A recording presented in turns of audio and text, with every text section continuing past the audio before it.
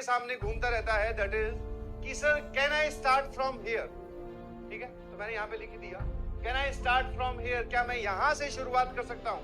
तो पीएनसी जो चैप्टर है उसके साथ एक छोटी सी थ्योरी या फिर स्टोरी इन्वॉल्व है मुझको लेकर, जब हम कोटा में पढ़ाई कर रहे थे। ठीक है, again yes you can say this is Kota story. ठीक है, और ये स्टोरी किस बात का जवाब देती है आपको अपने आप ही समझ में आ जाएगा। ये जो सवाल आप पूछते हो हर बार कि can I start from here, क्या मैं यहां से शुरुआत करूं तो हो जाएगा क्या? तो बंसल क्लासेज में जब हम पढ़ रहे थे तो वहां पर बंसल सर का ये फेवरेट चैप्टर था पीएस। तो वो क्या करते थे, वैसे जो टेस्ट होते हैं जिनके बेसिस पर शफ्टिंग होती है, आप जो अच्छे बैचेस में प्रमोट होते हो वो रेगुलर टेस्ट के बेसिस पे होते हैं, जिसमें फिजिक्स, केमिस्ट्री और मैथ 3 मार्क्स। केमिस्ट्री में अपना हाथ बंद था, उस वजह से कई बार केमिस्ट्री की सिर्फ वजह से रैंक पीछे चली जाती थी, या फिर जो मनचाहा बैच जिसमें आप प्रमोट होते जाना चाहते हो, जो आपकी रेंज में है, वहां तक नहीं पहुंच पाते। तो जब हम 11th क्लास में थे तो एक टेस्ट अनाउंस हुआ और जिसके बेसिस पर शफलिंग होगी। शफलिंग मतलब आपका बैच प्रमोट करके आपको और टॉप के बैच मिल जाएगा। और मैंने आपको पहले भी बताया था, टॉप का बैच जैसे जैसे आपको टॉप का बैच मिलता जाए, समझिए कि आप आईआईटी की नजदीक कर। और जब वो टेस्ट अनाउंस हुआ तो वो टेस्ट जो है सिर्फ मैथमेटिक्स का था और सिर्फ उसमें परम्यूटेशन कॉम्बिनेशन। मैंने कहा भैया बहुत बढ़िया, अब यहां से हम संभाल लेंगे, बिकॉज सिर्फ इसमें गणित आ रही है और वो भी ये वाला चैप्टर, फिजिक्स केमिस्ट्री का कोई नहीं आएगा, और उसके बेसिस पे शफ्टिंग थी। परम्यूटेशन कॉम्बिनेशन का टेस्ट लग गया था 2 हफ्ते पहले, वो भी बच्चों को लग गया और चैप्टर उस दौरान चल भी रहा था। टेस्ट होने से पहले चैप्टर खत्म हो गया, अच्छी भली तैयारी थी। गए टेस्ट में, उस टाइम पे बैच था, थोड़ा सा समझा दूं, P1 से लेके P10 ये टॉप वाली लेयर है, फिर था Q1 से लेके Q10, फिर था R1 से लेके R10। समझ पा रहे हो? P1 P2 P3 ऐसे करके 10 बैचेस ऑफ P, और S1 से लेके S8। ठीक है, इसके बाद में बच्चे नहीं थे 11th क्लास में, तो ये 8 पर ही रुक गया। ये सबसे ऊपर वाली क्रीमी लेयर और उसमें भी सबसे टॉप वाला बैचेस P1, समझ गए होगे शायद। फिर सर ये सेकंड, इसमें भी टॉप वाला बैचेस Q1। तो आप ऐसे मूव करते हो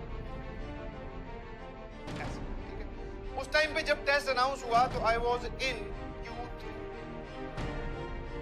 जब टेस्ट अनाउंस हुआ कि इस पे आपको शफलिंग मिलेगी और आप इस बैच में जाना चाहते हो, सबका अल्टीमेट एम यही रहता है सर, या तो इस रो में शामिल हो जाए, P1 से लेके P10, मतलब जब आप बैच बोलो तो आपके नाम में जब आप बताने लगो किसी को तो P सुनाई। नंबर कौन सा उससे ज्यादा फर्क पड़ता नहीं, ऑल तो फर्क पड़ता है क्योंकि ये वाले जो लोग हैं P1 P2 वाले, इनकी रैंक बड़ी जबरदस्त है। बट P1 से P10 तक अगर आप हो तो आपको एक आत्मसंतुष्टि की फीलिंग आती है कि हाँ भाई मैं अच्छा हूं। तो Q3 में था, टेस्ट अनाउंस हुआ, मैं Q3 से directly after the test promote कर दिया गया था P6। ठीक है, very happy, very happy, because सिर्फ गणित का टेस्ट। अब यहां से मुझे फायदा क्या हुआ, जब मैं P6 में जाकर बैठा, Q3 से लेकर P6, आप जान सकते हैं कितने बैचेस का सफर था। तो फायदा ये हुआ कि आसपास वाले जो लोग थे वो बड़े, मतलब एक तो आपको जो चाहिए था वो मिल गया। मैं तो P8 में चला जाता तब भी उतना ही खुश होता, P9 में चला जाता तब भी उतना ही खुश होता, बट सर अच्छे नंबर आए तो उस वजह से I got promoted to P6। अब उससे फायदा ये हुआ कि भैया जो कॉन्फिडेंस लेवल था, जो एनर्जी लेवल था, जो सेल्फ मोटिवेशन जिसको आप बोलते हो, वो और बढ़ गया। अगर P6 तक आ सकते हैं तो आगे। ऑल्दो आई नो कि मैं सिर्फ एक सब्जेक्ट के बलबूते पर यहाँ पहुंचा हूँ, आईआईटी में जो रैंक आती है उसमें 3 सब्जेक्ट होते हैं, बट तो ये जो शिफ्ट मुझे मिली क्लास लेवल में बहुत है। और उसके बाद में सर इस शिफ्ट से फायदा क्या हुआ, बहुत अच्छे से और पढ़ाई करनी स्टार्ट की, और अच्छे से पढ़ाई करने स्टार्ट की। द अल्टीमेट टारगेट इज कि इस बैच में पहुंचा हूं मैथ्स की वजह से, फिजिक्स और केमिस्ट्री की वजह से ये बैच मुझसे छिन गया। ठीक है, आगे चल के 2 टेस्ट और हुए। ठीक है, आगे चल के 2 टेस्ट और हुए और मैंने P6 मेंटेन करके रखा, और उन दोनों टेस्ट में जो है फिजिक्स केमिस्ट्री भी आई थी। समझ पा रहे हो? तो वो जो एक होता है ना कि आप जो चाहिए था आपको मिल गया, आप उसको मेंटेन करके रखो। तो जितने भी लोग ये सोच रहे हैं can I start from here, yes, कोई भी कहीं से किसी भी मूवमेंट से आप स्टार्ट कर सकते हैं। द ओनली थिंग इज जिस दिन आपकी फ्रीक्वेंसी मैच कर गई, आपको अच्छा लगा, आपको अपने हार्ड वर्क का रिजल्ट दिखा कि हाँ यार पढ़ने से नंबर तो आते हैं, आप अपने आप सेल्फ मोटिवेटेड फील करोगे, आपको जरूरत ही नहीं पड़ेगी किसी और की एक्सटर्नल मोटिवेशन।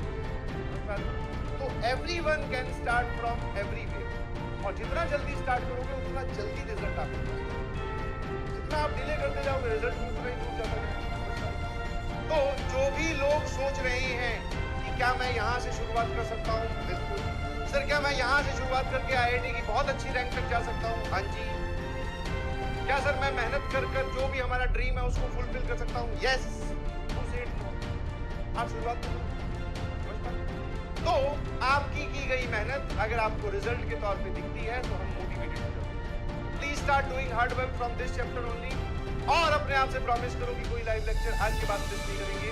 जो पुराना हो गए हैं मिस उनको धीरे धीरे कवर करेंगे। बस इतनी सी थ्योरी है, इतनी सी स्टोरी, इसमें अच्छे से खेल जाओ, बस फिर उसके आगे और मेरे ख्याल से बात समझ में आ गई, यस और नो?